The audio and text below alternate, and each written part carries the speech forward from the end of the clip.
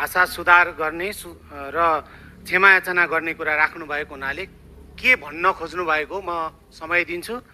यहाँ अगाडि बढ्नुहोस्। अरू मान्य सदस्यहरू बस्नुहोस्।